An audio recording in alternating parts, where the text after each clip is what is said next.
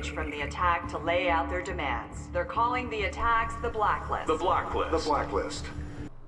Hello there, Servum17 once again. This is my Splinter Cell Blacklist, Perfectionist difficulty video walkthrough. We're about to be in Mission 1, entitled the Benghazi Safehouse in Libya. But before we do that, we're going to be spending some of our hard-earned money on some upgrades. So as you can see here, the first thing I've done is unlocked the radar. That is paramount. The second level of the radar is one of the most useful skills on the game. I recommend you get it quickly. As for that, there's no real incentive to get any of the other skills because the playstyle I'm going to be utilising doesn't really use them. So if you're going to be following what I buy, I'm going to be buying everything stealth. So all the components that give you additional stealth and pretty much nothing else. I'm going to buy a couple of stealth gadgets. I'm going to buy a couple of upgrades for the goggles because I'm not too sure if they make a difference, the goggles, when you get the ones further down. So I wanted to double check a few things, and I think they give you a better picture, but aside from that, you know, the goggles just aren't as useful as they used to be. Like, they've got all these new features and stuff, but I never use them, you know. Like, this game is wicked dark at times, and you put your goggles on, and you still can't really see much, so it's kind of the necessary evil. But a couple of notices about the difficulty on Perfectionist mode. Not only is, you know, the enemies more alert, more receptive, they do massive damage, all those good kind of things, but your goggles, your sonar goggles, no longer see through walls, which is a feature that I've never actually seen because I've only beat this game twice on the same difficulty, which was this one. So whoever's got used to using that one's probably going to be at a little bit of a disadvantage here because you're not going to have that function. Another one which is really, really big is the mark and execute feature doesn't work. So if you've played on your first playthrough doing nothing but, you know, taking down dudes, stacking up your marks and then just executing a room, it's not really going to work because the system's been deactivated. So you're going to have to, you know, move out of your comfort zone and play the game a little differently. But this part here, if you walk to the left when you go towards this doorway, the guy on the right will not see you. If you try and go any closer to him and go that way, you will get spotted by him almost every single time. Couple of things to bear in mind as well. When you're crouched, you do make less noise. These early missions are going to be a little more challenging because you're wearing Sugar Puff suit, so everything makes a bloody noise. But once you start getting the stealth upgrades, you're going to make a lot less noise and it's going to make sneaking much easier. A couple other things to watch out for. Puddles on the ground will make additional noise when stepped in. You can knock objects which will cause people to look where you are, and you can lightly brush the analog forward to make Sam creep even slower, which I've never been a fan of this mechanic, but it's always been something that you could do.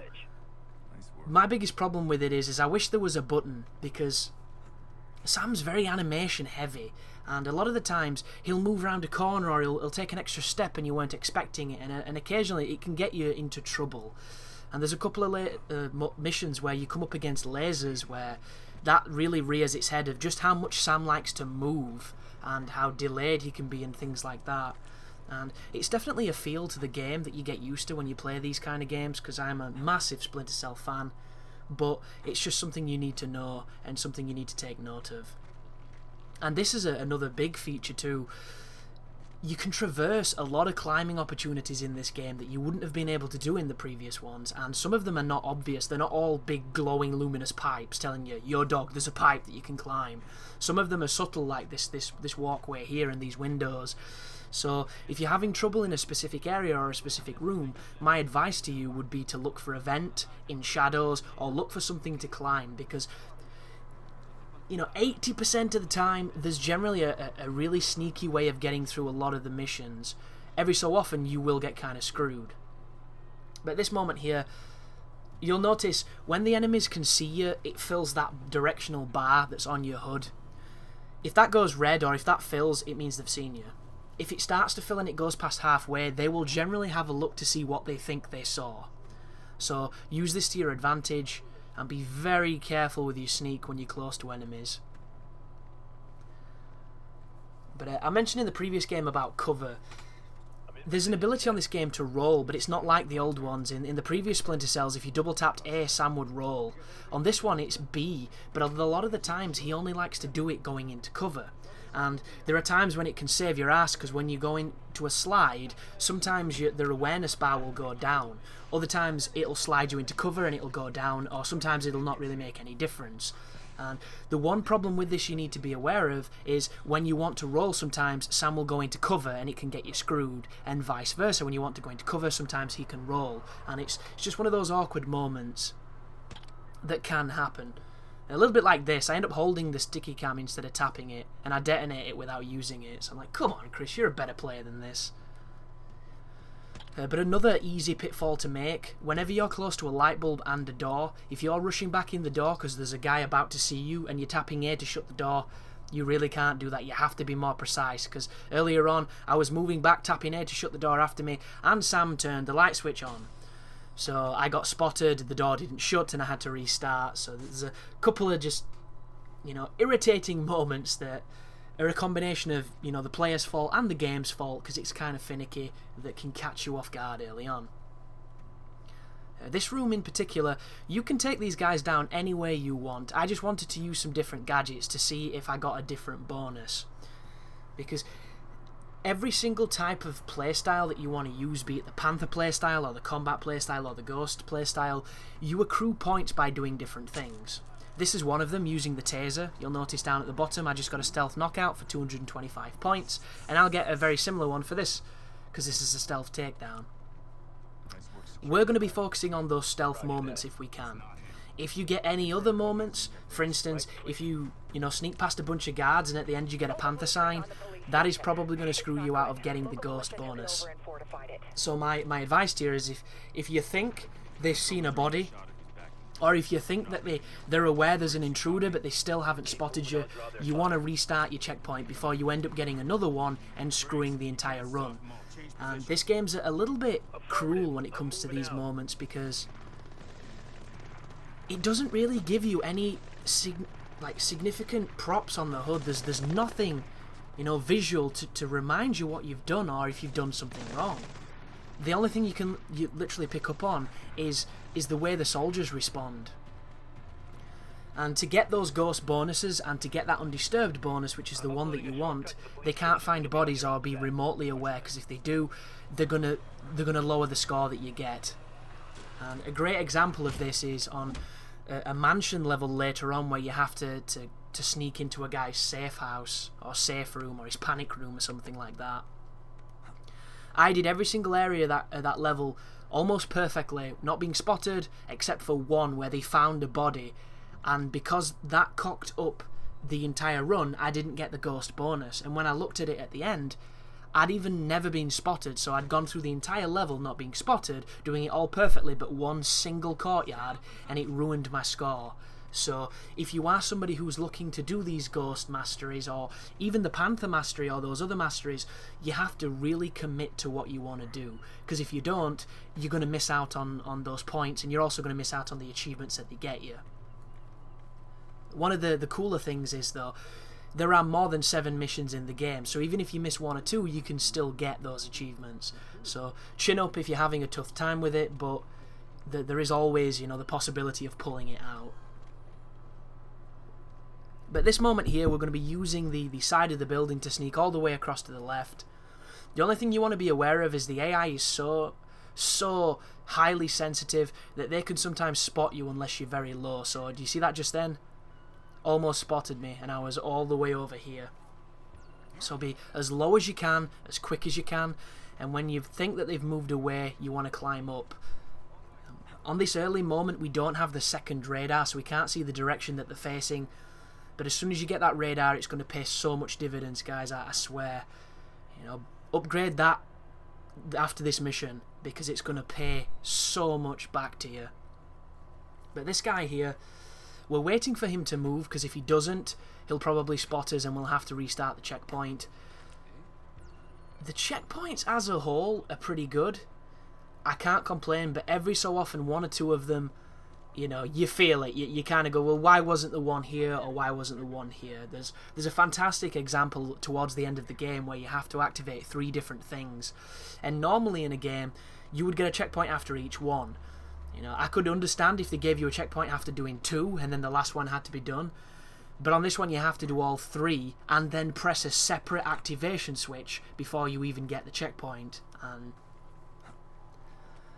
a lot of people think that adds difficulty, when really I don't think it does. I think it just adds frustration. I would rather each of the items be extremely difficult to get to and press than have to do all 3 of them where they're all pretty much not too bad.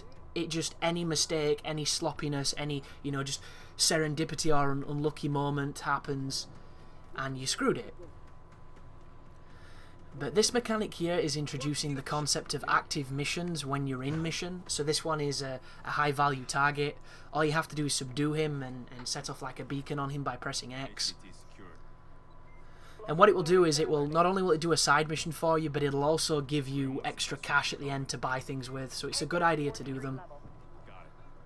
The game also utilizes both the multiplayer and the co-op missions still in the single player world. And what I mean by this is, if you're having trouble and you don't have enough cash and Perfectionist is really, you know, running you down, you can play the multiplayer and get cash in that and then buy things to help you play this game. You can completely wait, which I found out last night by accident, and I had to intentionally not use some money so I didn't have an unfair advantage. And then the co-op, I've never played a co-op mission because I wanted to get this done and get this up. I'm probably going to be playing those tonight. That was a fuck up right there, did not mean to do that. You can see me panicking right now. And watch, he notices the door immediately, so I have to move now or I'm going to get spotted. But luckily enough, there's a bathroom here and we don't get screwed. But the co-op missions, I've not played them. I assume half of them will be good, half of them will probably be shit. That's just my assumption. And you do get features and bonuses for beating them. So if you're having a tough time with the stealth in the game, and you could do with, you know, more stealth figures to make it easier, if you do all of Grimm's Daughter's missions, or 4E missions I think they're called, it will unlock the lower tier on both the pants and the torso on the stealth criteria. So I have no idea how good that armor is when it comes to stealth and improving your movement sound, but I assume it's going to be really good, because once I've bought all the upgrades, which is going to happen pretty soon because I prioritize them, I'm not going to be doing anything to my suit, so I'm going to have the same suit for the rest of the game.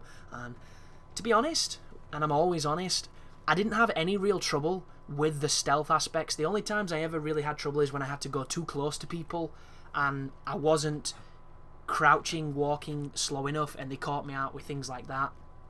So I didn't really have any trouble with my suit. I did have some trouble with the game and the way it works, because you'll notice this almost immediately. If you're watching this and you're thinking, well, my guard doesn't move the way that your guard does, or he's in a different place, or, you know, something has happened subtly different that changes everything, it's because the AI is random.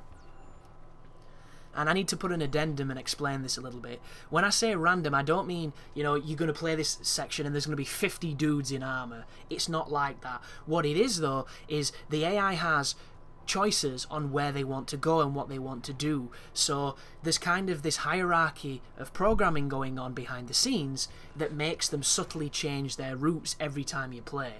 And don't get me wrong, occasionally you will get a similar route, you will get somebody doing what you expect him to do. But the thing to bear in mind and to not get disheartened by is sometimes they will do something differently, sometimes they'll just catch you out, sometimes it'll just feel really, really cheap. And you've just got to restart, try it again, and hopefully it won't be the same the next time you try. So a little tip here as well. You can kill the dogs. They don't count against the achievement of not getting any kills as Sam, because it only counts as humans, and the pistol is much better than this stun gun. So I miss the shot, and the dog gets alerted to me, which I end up getting combat knockout, and it kind of ruins my run if I was going for, you know, nothing but ghost. Another tip you can do there is you can air execute them, and it's the stupidest thing I've ever seen. It's such a funny execution. He jumps off the balcony that he's on and kicks them in the face. So, flying through the air, like Sid Vicious, kicks a dog in the mouth. There's nothing much better than that in this game. It's just so stupid and pointless, and you have to see it. But this bit can be quite tricky, because the guy who we're about to play with, this guy here, he gave me some serious trouble. because his pattern was different, and every single time I got past this guy without him noticing me, I got screwed by the dog in the next area. And what you need to think about here is every guard that's still standing that you haven't knocked out is an extra modifier on the undisturbed bonus, so it's all going to add towards Ghost, and it's all going to add towards your money at the end, and it is pretty much the highest points reward in this tree that we're going for. So there is a dog here. You can distract the dogs with a sticky noise maker, but sometimes it just doesn't really work too great. So I got lucky here because the dog didn't pay attention to me and everything fell into place, but there's a guy here that screws me up, so I have to shoot him. And it's a bit of a shame because he will walk away, it just takes a long time, and I didn't want to risk the dog learning where I was. Because the dogs on this game are stupid and broken. And I don't mind the notion of having a dog, but what it does is when it starts barking, regardless of where it is and where you are, you can be quite some distance from these dogs, through doors, through walls and stuff. It's like they've given the NPCs a UAV, and they know where you are. So the guards will walk to this point that the dog was barking at, even though it's barking 2 football fields away at a dude sat behind a cupboard in a tiny room, and the guards will come to you and they'll find you, and if you don't move, they'll be alerted. So never underestimate the dogs. You literally, if you can get past them without subduing them, you're playing well. Because for the most, I use the noisemakers to get them away from me. If that doesn't work, I take them down, because they have to go. They are so much more dangerous. And that right there is really useful, the corner takedown, because it usually puts them in cover for you. Every so often, though, it'll still not be good enough and people will see. But there's a guy just round here that he's got such a strange pattern. And because of the randomness, it depends on how much this guy's going to piss about. For me, he's pissed about quite a lot, but on this run, he just did this a little while, like looking at his gun barrel for some reason. Not too sure why you'd do that. Maybe he likes the smell of grease. But keep watching your radar. Your radar's going to tell you when people are sneaking up on you.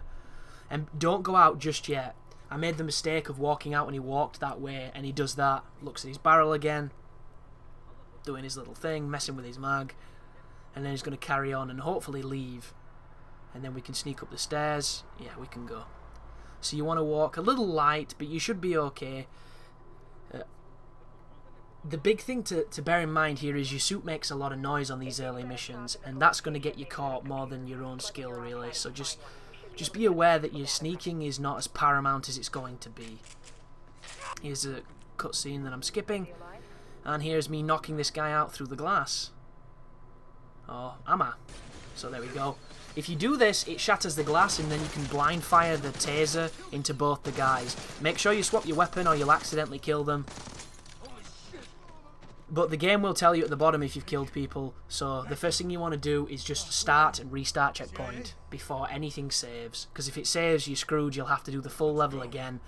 And like there were times when I was trying to get that ghost reward on the levels, or just to see if I could do it, and I did everything right except for one sequence, and then it ended up saving before I could restart that sequence, and at the end of the level I was a couple 100 points off a target, and it was all because of a panther bonus instead of a stealth bonus. And then you've got to play the entire level again, and I've got nothing against that, folks, because this game's really fun and I'm going to be playing it a lot, but I'm trying my best to get this guide out as quick as I can. And this game came out in America on Tuesday, so I'm already at a disadvantage when it comes to competing with other walkthroughs. And I managed to get this game early, which was awesome, so I'm ahead of my country, but that doesn't mean shit on YouTube. So hopefully I can, give it the most helpful commentary, make it the most entertaining, and that is our first Ghost Mastery bonus on a mission. So I hope it helped, folks, and I hope you enjoy the rest of the guide, so you take care now.